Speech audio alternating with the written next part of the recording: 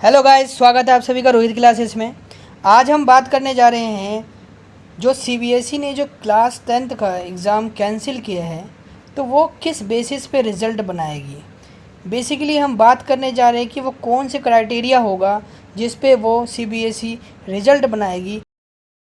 Notice जो है आ गया है सीबीएसई की साइट से, आप उसे डाउनलोड कर सकते हैं और ख़ुद भी पढ़ सकते हैं। मैं यहाँ पे वो चीज़ें बताऊँगा, शॉर्ट्स में बताऊँगा कि वो क्या बातें उन्होंने रखी है और किस बेसिस पे वो जो है रिज़ल्ट को प्रोड्यूस करेगी।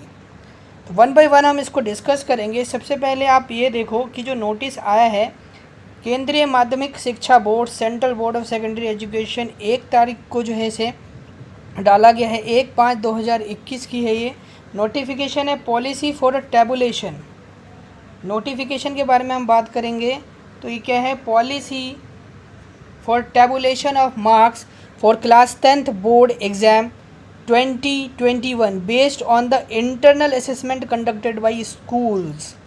अब यहाँ पे सारी चीज़ें फंस के ये सामने आ गई है कि आप इंटरनल के बारे में बात कर रहे हैं। आप किस चीज़ के बारे में बात कर रहे हैं?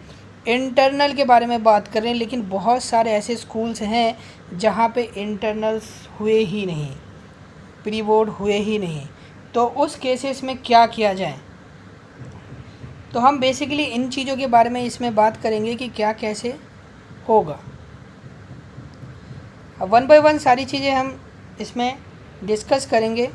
सबसे पहले इन्होंने क्या लिखा है, इसकी बैकग्राउंड के बारे में हम समझेंगे। कोई नोटिस किस लिए आया है, तो नोटिस में इन्होंने लिखा है कि जैसे कोविड-19 के केसेस कंट्री में थे तो CBSE wide notification dated 14/4/2021 cancel the board examination for class 10 to be held from 4 May to 7 June. 4 मई से 7 जून 2021 तक जो एग्ज़ाम होने वाले थे 10th क्लास के, और इवन 12th क्लास के भी एग्ज़ाम होने वाले थे। 12th को पोस्टपोन किया गया है, वो कैंसिल नहीं हुआ है, जबकि 10th को कैंसिल कर दिया गया। अब कैंसिल कर दिया गया तो उसके मार्क्स किस बेसिस पे दिए जाएंगे, कैसे बच्चों का एडमिशन होगा और रिज़ल्ट कब आएगा, इन सब के बारे में हम यहाँ पे डिस्कस करने वाले हैं। तो वन बाय वन हम इन सारी चीज़ों को समझेंगे कि कैसे डिस्कस क्या क्या करना है यहाँ पे। तो सबसे पहली वाली जो बात होगी इसके अंदर कि इन्होंने क्या लिखा, बैकग्राउंड बताया कि क्या बैकग्राउंड था। तो बच्चे जो है कोविड पेंडेमिक की वजह से उन्होंने पेपर जो है कैंसिल कर दिया। तो अब इसमें क्या होगा आगे, अब उनके पास क्या चैलेंजिंग है। सबसे बड़ी चैलेंजिंग है कि वो किस तरीके से जो सीबीएसई से एफिलेटेड स्कूल है या जो भी स्कूल गवर्नमेंट के हैं या केवी है, जहाँ जहाँ सीबीएसई की परीक्षा होती है, सीबीएसई द्वारा कंडक्ट की जाती है, वो कैसे क्या दें, किस तरीके से पॉलिसी बनाए, किस बेसिस पे बनाए। तो ऑब्जेक्टिव ऑफ द पॉलिसी है ये, developing N unbiased and transparent academic based on realistic evaluation of academic performance of a student is the important objective before all of us. While undertaking this task, 4 key principles of any evaluation, namely reliability, fairness, flexible और validity should be followed. देखो, इसमें सीधी सी बात करी गई है कि हम objective criteria इस तरीके से रखें कि किसी भी बच्चे को उससे किसी भी तरीके का नुकसान ना हो, वो फ्लेक्सिबल रहे, फेयरनेस रहे, रिलायबल रहे ड्यूरिंग द इवैल्यूएशन प्रोसेस। और उनके लिए अब ये क्या करेंगे कि उनके लिए एक कमेटी बनाएंगे। आगे इसमें भी लिखा गया है कि कमेटी किस तरीके से बनेगी, इसको डिस्कस करते हैं आगे। देखिए आगे आप देखोगे तो procedure for assessment of student रखा गया है। अब वो किस तरीके से, the student will be assessed out of a maximum 100 marks for each subject as per policy of the board. 20 marks for an internal assessment, 80 marks are for year end board examination. जैसे आपको पता है कि 80 marks का क्या होता था, theory होता था, और 20 का जो है इंटरनल असेसमेंट होता था। तो अब इसको इंटरनल असेसमेंट तो चलो टीचर दे देते हैं फाइल पे, प्रोजेक्ट पे और क्लास रिकॉर्ड पे, बट अब ये प्रॉब्लम ये आ रही है कि 80 मार्क्स कैसे दिए जाएंगे, और इनके लिए इन्होंने ऑब्जेक्टिव क्राइटेरिया बनाया। अब वो ऑब्जेक्टिव क्राइटेरिया किस तरीके से है ये देखते हैं। इन्होंने इसमें बात जो करी है constitution of the result committee के बारे में जो इन्होंने बात करी है, इन्होंने क्या कहा है, इसने कहा है कि जो भी स्कूल है वो 5 टीचर जो स्कूल के होंगे उनको वो सेलेक्ट करेगी, जो मैथ्स, साइंस, सोशल साइंस और 2 लैंग्वेज के होंगे, और 2 टीचर जो है वो नेक्स्ट आसपास के जो आस पड़ोस के जो स्कूल होंगे वहाँ से वो जो है लेंगे। ये काम किसका होगा? प्रिंसिपल का होगा। जितने भी स्कूल के प्रिंसिपल हैं उन सबको नोटिस दिया गया है कि आप सबसे पहले कमेटी बनाएं। उस कमेटी के अंदर क्या होगा? 5 मेंबर्स जो होंगे, 5 टीचर जो होंगे आपके स्कूल के होंगे, जिनमें मैथमेटिक्स, सोशल साइंस और साइंस के होंगे, और 2 जो हैं लैंग्वेज वाले होंगे, और 2 अदर टीचर और होंगे जो आस पड़ोस के स्कूल से मतलब उनको जो है हायर किया जाएगा या उनको भी बुलाया जाएगा, उस कमेटी में शामिल किया जाएगा। उसके बाद the external teacher will be paid a total fixed honorarium for 2500, मतलब 2500 रुपये पर पर्सन जो है दिया जाएगा, जो बाहर के 2 टीचर होंगे, और 1500 रुपये जो है उनको दिया जाएगा जो उसी स्कूल के जो इंटरनल कमेटी मेंबर्स होंगे। अब आगे बात करते हैं recording of evidence and assessment किस तरीके से रखें। अभी रिकॉर्डिंग ऑफ असेसमेंट में सीधा मैं शॉर्ट में बता देता हूँ कि किस तरीके से क्या है कि कैटेगरी ऑफ अ टेस्ट को जो है 10 मार्क्स दिए जाएंगे। Half yearly mid term examination 30 marks होगा, और प्री बोर्ड के एग्जामिनेशन के मार्क्स जो होंगे 40 होंगे। अब सबसे बड़ी प्रॉब्लम यह है कि बहुत सारे स्कूल के अंदर जो प्री बोर्ड होने वाले थे गवर्नमेंट स्कूल के अंदर, वो जो टाइम था प्री बोर्ड का, उस टाइम पे जो है लॉकडाउन लग गया, और उसी टाइम में जो है 14/4 को जो है एक तरीके से कैंसिलेशन का ऑर्डर आ गया। तो बहुत सारे जो है प्री बोर्ड्स पूरे नहीं हो पाए, कुछ में प्री बोर्ड रह गए, कुछ में हो भी गए, ठीक है। और इंटरनल प्रॉब्लम से क्या है कि जो बहुत बच्चों ने इंटरनल एग्जामिनेशन बहुत जगह नहीं दिए थे। तो अब इन सब से जो प्रॉब्लम है, अब उसका क्या करेंगे सॉल्यूशन, उसके बारे में बात करते हैं। यहाँ लिखा हुआ है in case school have conducted more than 1 test examination within each category, the result committee may fix the weightage to be given to each test examination within the category subject to overall maximum marks for that category. For example, if a school has conducted 2 or 3 pre-boards examination, it may be decided to take an average of 3 marks. अगर किसी school ने 2 या 3 pre boards examination लिए, जैसे practice test लिए जाते हैं, private school वगैरह ज़्यादातर करती हैं, या गवर्नमेंट स्कूल ने भी इस बार बहुत सारे एग्जाम्स लिए हैं, तो वो क्या करेंगे, उनका एवरेज निकालेंगे और एवरेज के हिसाब से जो है वो प्रिपेयर करेंगे। उसके बाद एक और कंडीशन उन्होंने दी है, there are some schools where 1 और more of the above 3 categories of test examination have not be conducted, नहीं लिए गए हैं, उनके बारे में भी उन्होंने बात करी है। Further there may be differences in the terms of the mode of a conduct of examination online or offline. Also it is a possible that some of the student may not have appeared in any or some of the examination conducted by school.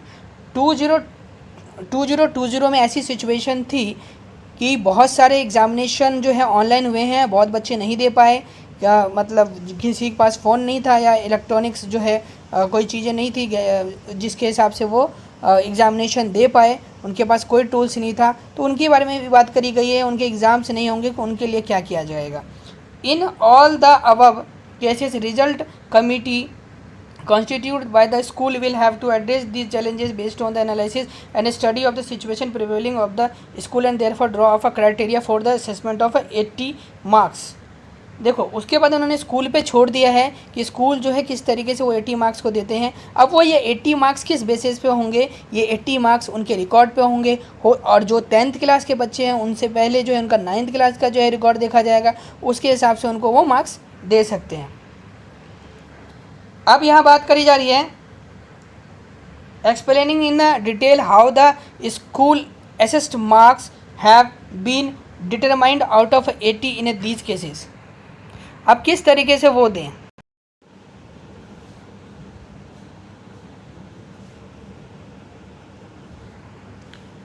अब आगे बात करते हैं हम। Objective should be documented in the form of a rational document explaining in detail how the school assessed marks have been determined out of 80 in these cases। तो school जो है asset करेगी कि उसको किस तरीके से देने हैं 80 में से marks. Where all 3 categories of the test examination have not been conducted by the school. बहुत सारे स्कूल हैं कि जो सारे टेस्ट जो हैं जैसे प्री बोर्ड वगैरह जो हैं, यूटीज़ वगैरह जो हैं, किसी के यूटीज़ रह रहे हैं, किसी के प्री बोर्ड्स रह रहे हैं, तो दे विल कंडक्ट, जो उनको कंडक्ट करना था वो नहीं हो पाया किसी वजह से, तो वो असेस करेगी कि जिन्होंने एग्ज़ाम ले लिया है पिछला रिकॉर्ड देखना है या पिछला रिकॉर्ड देख के करेगी, वो किसी ना किसी बेसिस पे जो है वो मार्क्स लगाएगी। उसके बारे में बात करी गई है। आगे जो बात करी गई है यहाँ पे एक बात एक एग्जांपल एक स्पेसिफिक स्कूल है जिसमें ओवरऑल एवरेज ऑफ स्टूडेंट जो है 17-18 में 72% है, 18-19 में 74 है और 19-20 में 71% है। तो अब वो इस तरीके से एक स्कूल को ऑप्ट करती है तो वो रेफरेंस होगा उसका, और इसी हिसाब से वो सब्जेक्ट का भी एक तरीके से एवरेज लगा के देंगे। लेकिन उन्होंने ये बात करी गई है कि जो एवरेज होगा, जो भी एवरेज होगा, मतलब the subject wise marks assessed bye the school for 2021 should be with a range of +-2 के रेंजेस में होने चाहिए obtain bye the school in the subject in the reference year. Reference year के +2 आगे होना चाहिए या -2 पीछे होना चाहिए, ठीक है। For all the 5 main subject should not be exist overall average marks obtain bye the school in the reference year. School ने जो रेफरेंस ईयर में मार्क्स ओवरऑल मिले हैं उससे एवरेज मार्क्स जो है एक्सीड नहीं करना चाहिए, ये याद रखना है। और ये सारी चीज़ें जो उन्होंने क्राइटेरिया बनाया है, और इस क्राइटेरिया के अंदर अगर हम और भी चीज़ें डिस्कस करें तो आगे हम चलेंगे इसके बारे में कि रिकॉर्ड्स वगैरह किस तरीके से देखना है। मैंने बताया ही है कि जितने भी रिकॉर्ड्स वगैरह होंगे वो सारे के सारे रैशनल होंगे, उसके signature of all members of committee होगी, और this should be kept in a safe custody of the principle of the school for subsequent verification.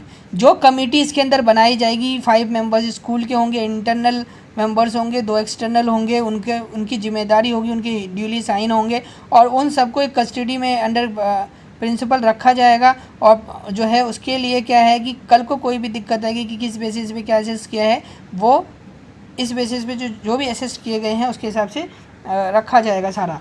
फिर verification of records by CBSE में deputed team to verify the document and process of allocating a marks upload to ensure the correctness of the same.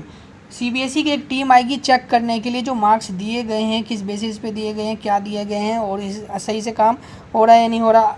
Action against non compliances in case where the school deliberately indulges in practices that are not consistent with fair, unbiased and objective practices of assessment, CBSE register the right to start disaffiliating proceeding and for impose a financial penalty against the school, or decide not to declare the result of a class 10 for the school till the time। अगर कोई भी चीज़ complain आ रही है और कोई भी criteria को उन्होंने फॉलो नहीं किया किसी स्कूल ने, या तो उसकी एफिलेटिंग कैंसिल कर दी जाएगी जो एफिलेशन मिल रही है प्राइवेट स्कूल को, या फिर उनके साथ क्या किया जाएगा कि कोई ना कोई पेनल्टी, फाइनेंशियल पेनल्टी होगी। और बहुत सारे क्राइटेरिया जो एक तरीके से रखे गए हैं जिनके बेसिस पे उनको कुछ ना कुछ जो है पनिश किया जाएगा। उसके बाद आगे कुछ और बातें करेंगे कि candidate not appear in any assessment. अगर कोई भी कैंडिडेट जो है असेसमेंट में अपेयर नहीं हुआ, if any candidate has not appeared in any of the assessment conducted by the school may conduct an offline, online or a telephonic one to one assessment and record documentary evidences to certify the recommendations. The student may assessed objectively on the basis by the school out of maximum marks of the each subject. अगर किसी बच्चे ने जो है assessment जो school के द्वारा conduct किए गए थे अगर उसमें नहीं था तो स्कूल की ये जिम्मेदारी है ऑफलाइन करे, ऑनलाइन करे, टेलीफोनिक करे, रिकॉर्ड रखने के लिए उसे कुछ ना कुछ करना पड़ेगा। Candidate with bench mark disabilities, if any student with bench mark जैसे फिजिकल हैंडीकेप वगैरह जो है, पोर्टफोलियो और presentation project, quiz, oral test वगैरह। देखो, if any student with bench mark disability has not appeared in any of the assessment conducted by the school में consider other activities, portfolio, presentation, project, quiz, oral test, इन सब के basis पे वो marks लगाएंगे। Result of more than 5 subject के बारे में मैं बात करूँ तो in case a student has offered a different subject other than the 5 major ones, painting, music etc. offered more than 5 subject, 5 subject के अतिरिक्त कोई भी जो है एडिशनल सब्जेक्ट मिला है, then mean marks of the best 3 subject of a marks allocated marks after a conversion may be awarded in this subject। तो उनके क्या करेंगे, बेस्ट 3 मार्क्स 5 में से उठा के उनका एवरेज निकाल के उसके हिसाब से वो जो है अदर जो मतलब एडिशनल सब्जेक्ट है उसमें दे दिए जाएंगे। Marks by CBSE. CBSE will compute the result based on a uploaded theory and internal assessment marks at the time of a computations of a result, board policy of awarding a grace marks। इसमें grace marks के बारे में बात भी करी गई है अगर कोई स्टूडेंट क्वालिफाई क्राइटेरिया को जो है फुलफिल नहीं कर पा रहा है। इसके बाद और भी बातें करी जा रही है। In case after application of grace marks, तब भी अगर कोई दिक्कत आ रही है फिर भी स्टूडेंट के मार्क्स कंप्लीट नहीं हो रहे, 33% नहीं हो रहे, तो उस केस में क्या करेगी CBSE जो है कंपार्टमेंट कैटेगरी में उसे डाल दी जाएगी और फिर जाके वो पेपर देगा। लेकिन एक चीज़ और रखा गया कि अगर मान लो कि रिजल्ट डिक्लेयर हो जाता है After declaration of a result, school will conduct an objective type offline online compartment examination based on the sample question paper provided by the CBSE. After assessment, school will be uploaded the marks on the CBSE portal for a declaration of result. अगर declaration result हो जाता है तो school क्या करेगी, conduct करेगी एक offline online compartment examination based on the sample paper provide by the, और आफ्टर एसेस करने के बाद जाके वो क्या करेगी, वो मार्क्स को जो है सीबीएसई पोर्टल पे डाल देगी। परमिशन टू कंटिन्यू क्लास 11, इन बच्चों को जब तक रिजल्ट नहीं आ जाता कंपार्टमेंट का, उनको क्या करना पड़ेगा, तब तक जो है 11th में क्लास को कंटिन्यू करनी पड़ेगी। जब रिजल्ट आ जाता है, पास हो जाते हैं, तो 11th को कंटिन्यू करते रहेंगे। अगर उन्हें कोई दिक्कत आती है तो वो छोड़ देंगे उसे। रीएवल्यूशन का क्या है, as assessment has been done by the school and the answer books have been so handed over to the student by the school. Process of verification of marks, providing a photocopy and re-evaluation scheme will not be applicable for the, यहाँ पे re-evaluation वगैरह photocopy re-evaluation वाला कोई भी चीज़ झंझट इस साल नहीं रखा गया है। मैथमेटिक्स बेसिक और स्टैंडर्ड वाली बात जो अगर हम करेंगे, in continuation of the circulation this is available exemption has again been extended to a permit of mathematics 1 in a class 11th if the student has offered mathematics basic, all other condition as stipulated in our set circular dimension। बाद बाकी जो सारी चीज़ें basic और standard के लिए थी वही सारी चीज़ें कि 11th में किस हिसाब से मिली जाएगी, मैथ किस तरीके से मिलेंगी। Support to the student for successful implementation of this policy CBSE will provided following support to the school. CBSE will organise a webinars to explain the policy in detail, schedules will be communicated soon, frequently asked questions will be uploaded on website। CBSE will provide on an, अगर कोई भी जो है दिक्कत आती है तो FAQ जो है एक तरीके से वो अपलोडेड करेगी वेबसाइट पे, और उससे आप वहाँ पे जो है आप कोई भी किसी भी टाइप का क्वेश्चन जो है पूछ सकते हैं जो रिलेटेड हो गया आपके रिजल्ट्स वगैरह से और आपके इवेल्यूशन से या असेसमेंट जो भी जिनकी बेसिस पे आपको जो है रिजल्ट जो प्रिपेयर किया जाएगा CBSE की टीम के द्वारा। अब आगे बात करेंगे इसके अंदर, streams in a class 11th as per a scheme of studies of a board, students are offered to any combination of subject without any streaming, hence school should also follow the same। For private patrachari second chance compartment candidate, a separate scheme for the assessment will be announced soon। इनके लिए जो private वगैरह जो है वो second chance है पत्राचार्य, उनके लिए जो है नई स्कीम डाली जाएगी, उनको अनाउंस किया जाएगा। उसके बाद हम आगे बात करें तो रूल्स फॉर कॉन्स्टिट्यूएंट कमेटी, ये जो टीचर के लिए कुछ बनाई गई है। और उसके बाद हमारे काम की चीज़ें सीधा नीचे जो है पेजेस हम देखेंगे तो इसके अंदर क्या है कि एक जो कौन कौन सी एक्टिविटीज़ हैं उसके बारे में हम बात करें कि कौन कौन सी एक्टिविटीज़ आएगी। सबसे पहले formation of result committee by school, एक स्कूल जो कमेटी को जो प्रिपेयर करेगी वो 5 मई तक कर देगी। उसके provision of subject wise school wise distribution of marks as per previous board exam by CBSE, जो provision of subject wise school wise distribution of marks होगा as per CBSE board exam by CBSE as per previous board exam by CBSE, वो क्या है 10 मई तक कर देनी है। Finalise rational document 10 मई तक कर देना है। Conduct of assessment if any, अगर कोई भी कंडक्ट करना है असेसमेंट को 15 मई तक करनी होगी। Ability of portal of uploading marks 20 मई तक करना होगा। Finalising of a result by school, इस स्कूल के द्वारा जो फाइनलाइज करना होगा रिजल्ट को 25 मई तक कर देना होगा।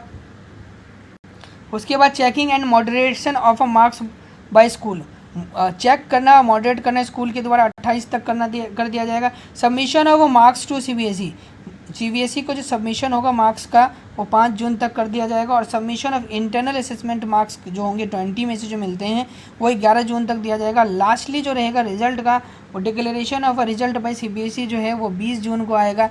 जैसा कि एग्जामिनेशन का पैटर्न था उस हिसाब से जो रिजल्ट आना था वो रिजल्ट आना था 15, लेकिन on the basis of a school record जो एग्ज़ाम ये जो रिजल्ट प्रिपेयर कर रहे हैं they will give you a result on 20 June 2021।